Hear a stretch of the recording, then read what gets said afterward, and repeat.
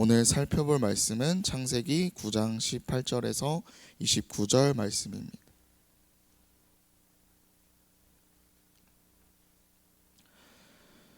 창세기 9장 18절에서 29절 말씀입니다. 창세기 9장 18절에서 29절 다 같이 한 목소리로 읽겠습니다. 방주에서 나온 노아의 아들들은 셈과 함과 야벳이며 함은 가나안의 아버지라. 노아의 이 세 아들로부터 사람들이 온 땅에 퍼지리라. 노아가 농사를 시작하여 포도나무를 심었더니 포도주를 마시고 취하여 그 장막 안에서 벌거벗은지라. 가나안의 아버지 함이 그의 아버지의 하체를 보고 밖으로 나가서 그의 두 형제에게 알림해 셈과 야벳이 옷을 가져다가 자기들의 어깨에 메고 뒷걸음쳐 돌아가서 그들의 아버지의 하체를 덮었으며 그들이 얼굴을 돌이키고 그들의 아버지의 하체를 보지 아니하였더라. 노아가 술이 깨어 그의 작은 아들이 자기에게 행한 일을 알고 이에 이르되 가나안은 저주를 받아 그의 형제의 종들의 종이 되기를 원하노라 하고 또 이르되 셈의 하나님 여호와를 찬송하리로다. 가나안의 셈의 종이 되고 하나님이 야벳을 창대하게 하사 셈의 장막에 거하게 하시고 가나안은 그의 종이 되게 하시기를 원하노라 하였더라. 홍수 후에 노아가 350년을 살았고 그의 나이가 950세가 되어 죽었더라. 아멘. 노아는 방주에서 나온 뒤 350년을 더 살았습니다. 창세기 9장 29절 말씀입니다. 홍수 후에 노아가 350년을 살았고, 그런데 그동안 기록된 것은 노아가 술 마시고 옷을 벗은 채 잠들었다는 이야기 하나밖에 없습니다. 이것은 홍수 이후 350년 동안 노아의 삶 가운데 벌어진 중대한 사건이며 결코 가볍게 보아서는 안 될 중요한 신학적 의미를 담고 있습니다. 이 일을 통해야 함은 그의 아들 가나안에게 종들의 종이 되는 비극적인 저주를 물려주게 됩니다. 비록 노아가 취중이라는 나약한 상태였지만 핵심은 아버지의 연약한 모습을 대하는 함의 불경스러운 반응에 따라 그 후손의 운명이 축복과 저주로 극명하게 갈렸다는 점입니다. 새로운 인류 역사의 죄의 영향이 이렇게 직접적인 저주로 나타나기 시작했다는 것은 우리의 죄악된 본성이 얼마나 심각한 결과를 초래하는지를 보여줍니다. 주목할 점은 이때까지 하나님께서 사람에게 직접 저주를 선언하신 적은 없었다는 사실입니다. 아담에게는 땅이 저주받았고 가인의 범죄 후에도 가인의 땅으로부터 저주받게 하셨습니다. 하나님께서 어떤 상황에서도 생명을 존귀하게 여기시며 심판 중에도 긍휼을 베푸셨습니다. 그런데 노아는 아들의 죄를 인간적인 상식을 뛰어넘을 정도로 엄중하게 다루었습니다. 가나안이 살인을 저지른 것도 아닌데 그에게 형제들의 종이 되라는 가혹한 저주를 선언한 것입니다. 얼핏 보면 노아가 술에 덜 깬 채 분별 없이 내뱉은 말처럼 들릴 수 있습니다. 일반적인 부모라면 자식이 아무리 큰 잘못을 했어도 이 정도의 저주를 퍼붓지는 않기 때문입니다. 그러나 여기서 우리는 하나님의 주권적인 섭리를 보아야 합니다.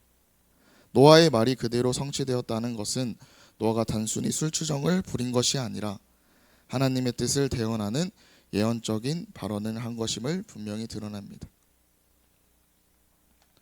이는 하나님의 언약 백성 안에서도 죄는 절대로 용납되지 않으며 그 죄가 후손에게까지 미치는 심각한 결과를 낳을 수 있음을 보여주는 준엄한 경고입니다. 그렇다면 과연 가나안에게 무엇이 그처럼 엄중한 심판의 결과를 가져오게 했을까요?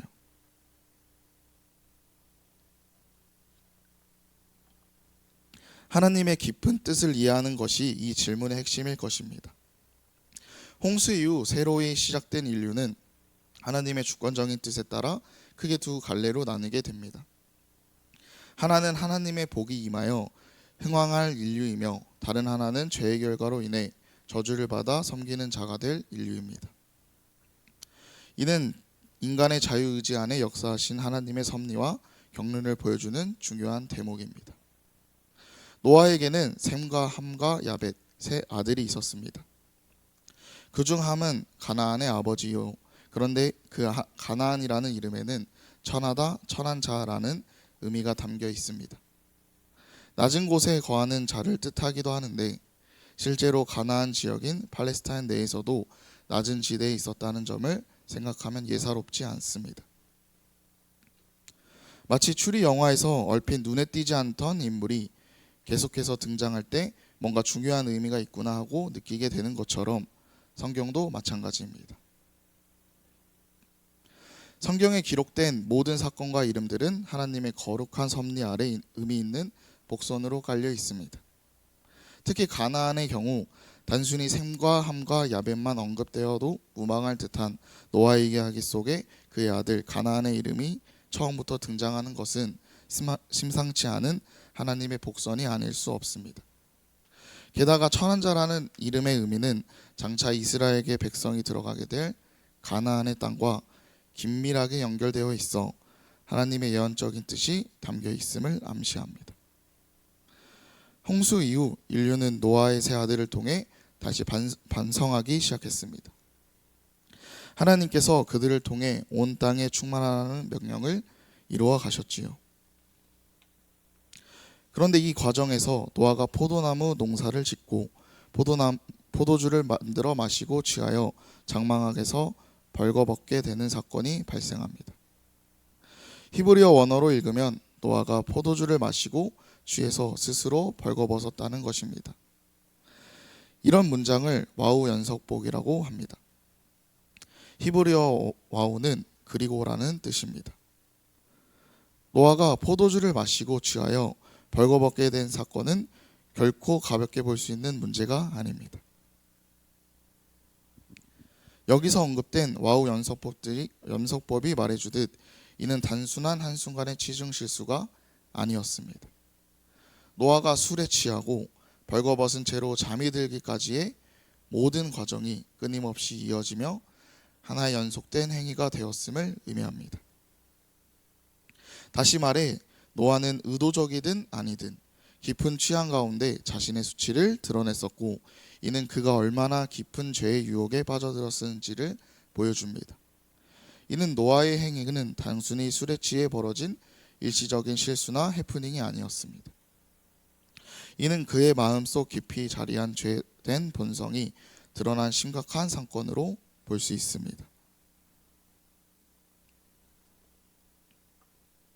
이 사건에서 벌거벗음은 매우 중요한 신학적 의미를 집니다. 창세기 3장을 돌아보면 아담이 범죄한 후 비로소 자신이 벌거벗었음을 깨닫고 수치스러워했습니다. 이는 죄가 가져오는 근원적인 수치심을 상징합니다. 하나님의 크신 은혜를 입어 의로운 자로 인정받았던 노아조차도 술에 취하여 이처럼 자신의 수치를 드러나게 된 것은 타락한 인간의 본성이 가진 연약함을 적나라하게 보여주는 대목입니다. 그러나 이 수치심의 폭로 속에서도 하나님의 구원 섭리가 드러나는데 셈과 야벳은 아버지의 수치를 가리고자 뒷걸음질 쳐서 그 몸을 덮어주었습니다. 이는 마치 하나님께서 아담과 하와의 죄로 인해 수치를 가죽옷으로 덮어주셨듯이 죄 악한 인간을 덮어주시는 하나님의 은혜와 긍휼을 예표하는 행위라고 할 수 있습니다. 문제는 노아의 아들 함의 행동에 있었습니다. 함은 아버지의 가나안 하체를 보고는 경건하게 아버지를 덮어드리지 않고 오히려 밖으로 나가 형제들에게 이를 알렸습니다. 이것이 바로 함을 저주받게 된 핵심적인 이유입니다. 많은 이들이 원인 제공은 노아가 했는데 왜 함이 저주받아야 하는가? 라는 의문을 가질 수 있습니다. 그러나 이는 함이 억울하게 저주받은 것이 결코 아니라는 점을 분명히 이해해야 합니다. 함의 죄는 단순히 호기심이나 실수 수준이 아니었습니다. 그는 아버지의 수치를 보고도 그것을 덮어주려 하기보다 오히려 이를 폭로하고 조롱함으로써 영적인 불경건함과 권위에 대한 심각한 경멸을 드러낸 것입니다. 이는 하나님께서 세우신 질서, 특별히 가정 내의 권위에 부모에 대한 존경이라는 거룩한 질서를 파괴하는 행위였기에 그 행위에 대한 정당한 심판이 임한 것입니다. 창세기 3장 10절입니다. 이르되 내가 동산에서 하나님의 소리를 듣고 내가 벗었으므로 두려워하여 숨었나이다. 인간이 죄를 범한 이후로 벌거벗음은 더 이상 순수한 상태를 의미하지 않고 오히려 부끄러움과 수치의 상징이 되었습니다. 노아는 하나님의 특별한 은혜로 말미암아 홍수 시판에서 구원받아 새로운 인류의 조상이 되는 막중한 역할을 맡게 되었으나 그럼에도 불구하고 포도주에 취해 벌거벗은 부끄러운 실수를 저지르게 됩니다. 어떤 이는 하나님의 은혜를 깊이 체험한 노아가 어찌 이럴 수 있는가 하고 의문을 제기할 수 있습니다. 그러나 개혁주의 신앙은 인간의 본질적인 죄성을 간과하지 않습니다. 노아는 비록 구원받았으나 여전히 아담으로부터 유전된 원죄의 강력한 영향력 아래 놓여 있습니다. 다시 말해 죄의 세력이 그의 삶 속에 여전히 잔존하고 있었다는 것입니다.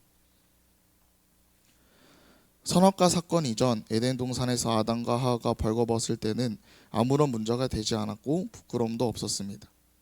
그러나 죄가 인류 가운데 들어온 순간 그들은 자신의 벌거벗음을 부끄러워하며 숨기고 가리기 시작했습니다. 이처럼 벌거벗음은 죄가 가져다준 수치심의 분명한 증거가 된 것입니다. 노아가 술에 취해 벌거벗은 행위는 죄가 홍수 심판 이후에도 여전히 인류와 노아 개인의 삶 속에 깊이 관여하고 있음을 명백히 보여줍니다. 이는 곧 노아에게도 아담의 타락으로 인한 죄성이 면면히 흐르고 있었으며 그 역시 홍수 이후에도 계속해서 하나님의 크신 은혜를 절실히 필요로 하는 존재였음을 깨닫게 합니다. 이 사건은 우리에게 중요한 진리를 가르쳐 줍니다. 아무리 하나님의 특별한 은혜를 입은 자라도 이 땅을 사는 동안에 죄의 영향력에서 완전히 자유로울 수 없다는 것입니다.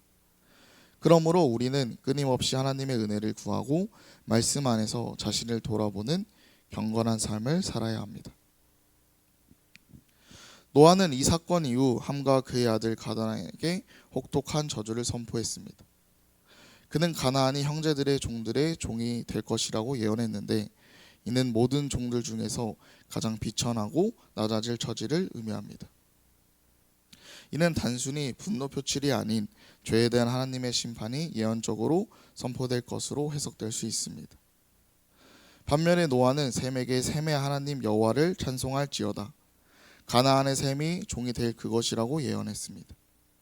여기서 셈의 하나님 여호와를 찬송한다라는 것은 셈의 후손을 통해 하나님의 구원 언약이 계승되고 특별한 관계가 맺어질 것이라는 축복의 선언입니다.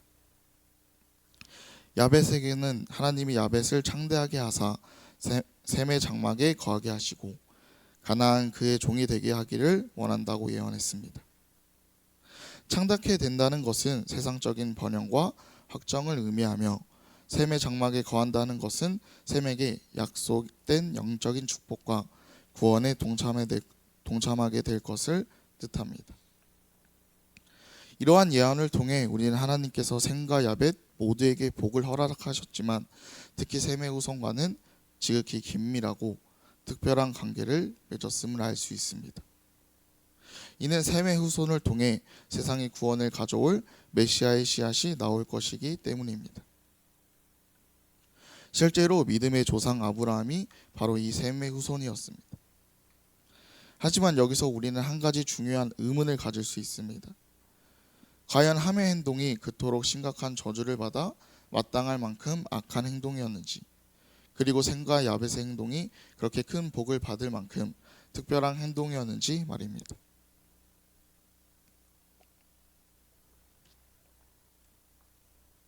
대체 무엇 때문에 한쪽은 이처럼 참혹한 저주를 받고 다른 한쪽은 귀한 축복을 받았는지 깊이 성찰할 필요가 있습니다.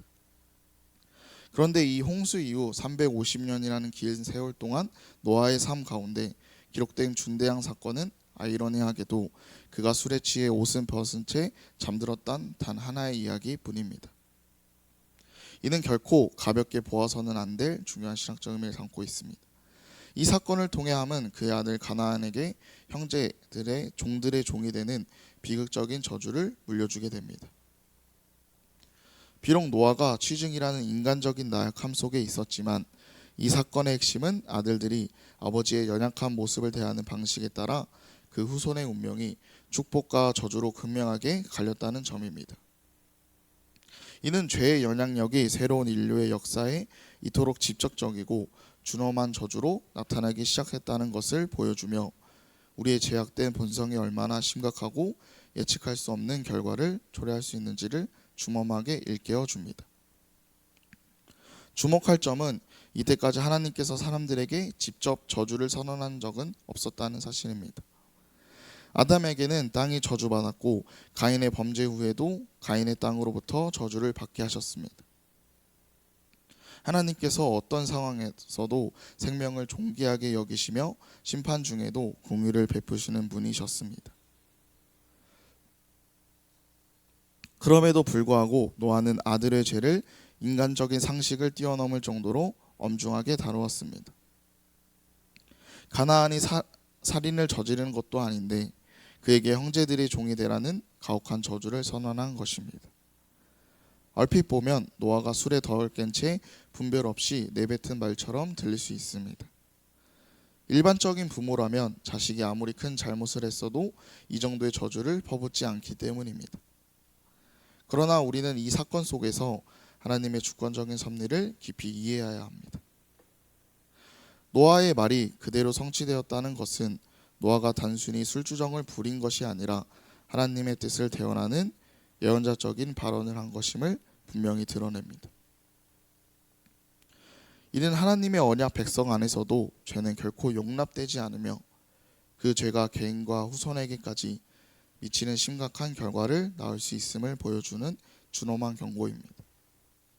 마지막으로 노아의 이야기는 우리의 인간된 죄성 본성과 그로 인해 비참한 결과를 생생하게 보여줍니다. 동시에 하나님의 거룩하심과 죄에 대한 엄중한 심판, 그리고 언약을 통해 역사하시는 하나님의 주권적인 섭리를 깊이 깨닫게 합니다. 아무리 의롭다 칭함을 받은 믿음의 조상이라 할지라도 이 땅을 살아가는 동안에는 죄의 영향력에서 완전히 자유로울 수 없기에 저와 우리는 노아의 사건을 거울 삼아 겸손히 우리의 연약함을 인정하고 오직 하나님의 은혜만을 의지하며 경건한 삶을 추구해야 할 것입니다. 그래야 할 때 우리는 죄악된 세상 속에서도 하나님의 구원 계획에 동참하며 참된 축복을 누릴 수 있는 저와 여러분이 되기를 소망합니다. 기도하겠습니다.